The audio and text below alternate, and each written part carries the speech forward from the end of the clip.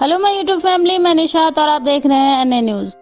क्या आपको पता है दोस्तों कि आज राजनीति में अपनी पहचान बनाने वाली इकरा हसन को बचपन में उनकी मां की सख्ती का भी सामना करना पड़ता था। घर में अनुशासन इतना था कि शरारत करने पर डांट भी पड़ती थी और कभी कभी चप्पल से पिटाई भी हो जाती थी।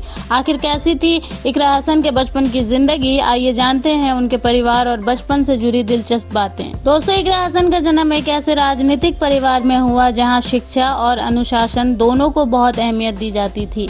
उनकी माता तबस्सुम हसन अपने बच्चों की पढ़ाई और संस्कारों को लेकर काफ़ी गंभीर रहती थी। परिवार के लोगों के अनुसार बच्चों को गलत आदतों से दूर रखने के लिए घर में सख्त नियम बनाए गए थे।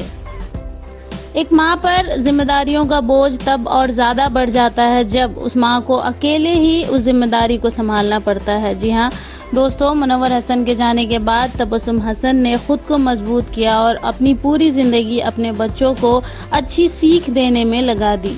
बचपन में इकरा हसन भी और बच्चों की तरह शरारतें किया करती थी, लेकिन उनकी मां उन्हें अनुशासन में रखने के लिए डांट फटकार लगाती थी। यही सख्ती आगे चलकर उनके व्यक्तिगत की एक बड़ी ताकत बनी। इकरा हसन के परिवार में राजनीति का माहौल पहले से था। उनके पिता मुनव्वर हसन राजनीति में सक्रिय रहे और परिवार का सामाजिक प्रभाव भी काफ़ी रहा। ऐसे माहौल में इकरा हसन ने बचपन से ही लोगों की समस्याओं को करीब से देखा। इनके भाई नाहिद हसन भी राजनीति में सक्रिय रहे।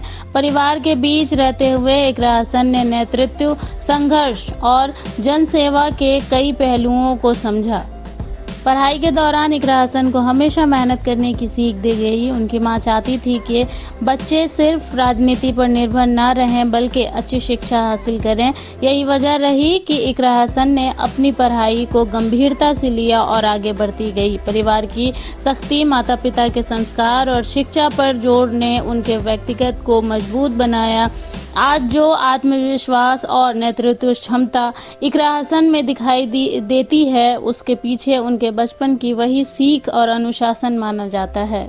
आइए अब हम इकरा हसन और उनकी मां की दिलचस्प कहानी खुद उनकी ज़बानी सुनते हैं। बचपन में कान हटे कि नहीं? बहुत अच्छा जी। दिया डंडा भी? बहुत। एक चप्पल थी उनकी, उससे मारती थी, अलग ही रखती थी उसको। अच्छा, अलग से ये पिटाई वाला यंत्र है, खराब ना हो जाए। और उनसे मैंने पूछा भी है बाद में, तो उन्होंने ज्यादा पिटाई मेरी ही करी है, मेरे भाई की नहीं करी है। अच्छा जी। हालांकि ऐसा होता नहीं है, ज्यादातर लड़के पिटते हैं, लेकिन हमारे उसमें, क्योंकि मैं बहुत जिद्दी थी बचपन में और मैं अपने पापा की सर चढ़ी थी, तो जब वो बाहर होते थे, नहीं होते थे, तो मेरी जिद उसी तरीके की रहती थी। तो तब फिर मेरी अम्मी अपने हथकंडे इस्तेमाल करती थी।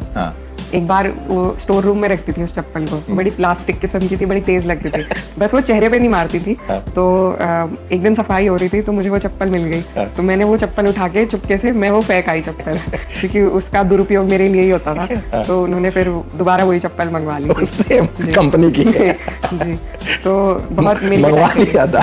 अच्छा, पूछी कि कहाँ गया वो चप्पल, कौन फेंक दिया? तो पता चला कि आपने फेंक दिया होगा, तो बेटा घबराओ नहीं। और मतलब मैं भी थोड़ी चालाक थी, तो जब मुझे पता होता था कि आज रात को पापा वापस आएंगे, तो तब मैं बिल्कुल अड़ियल हो जाती थी, पिट भी लेती थी। लेकिन जब मुझे पता होता था कि 2 दिन के लिए लखनऊ गए हैं या कहीं बाहर हैं, तो फिर मम्मी की चप्पल हाथ में होती थी और मैं हाथ जोड़ के माफ कर दो रोना मेरा रहता था। तो मैं भी काफी टैक्ट से काम लेती थी।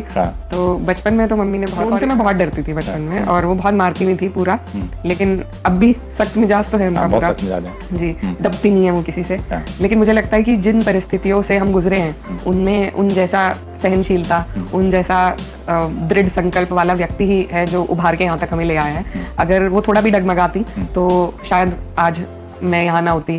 तो उनका बहुत अहम रोल रहा है। हालांकि हमारे परिवार में राजनीति का जो सारा सफ़र है वो मेरे वालिद साहब से, मैं मानती हूँ कि वो मेरे हर चीज़ में आइडल हैं। तो लेकिन मेरी मम्मी का जो रोल रहा है उसको उतना थोड़ा इग्नोर कर दिया जाता है। पर अगर वो उस विरासत को ना संभालती, जितने वक्त के लिए एक गृहिणी थी वो साधारण, तो लेकिन फिर भी उन्होंने वो सब संभाल के संजो के हम तक सौंपा।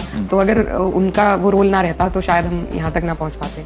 तो दोस्तों, ये थी इकरा हसन के बचपन और उनके परिवार से जुड़ी कुछ खास बातें। आपको क्या लगता है, बच्चों की परवरिश में अनुशासन कितनी जरूरी है? अपनी राय कमेंट बॉक्स में जरूर बताइए। वीडियो पसंद आए तो लाइक करें, कमेंट करें, शेयर करें। मिलती हूँ नेक्स्ट वीडियो में। अल्लाह हाफिज।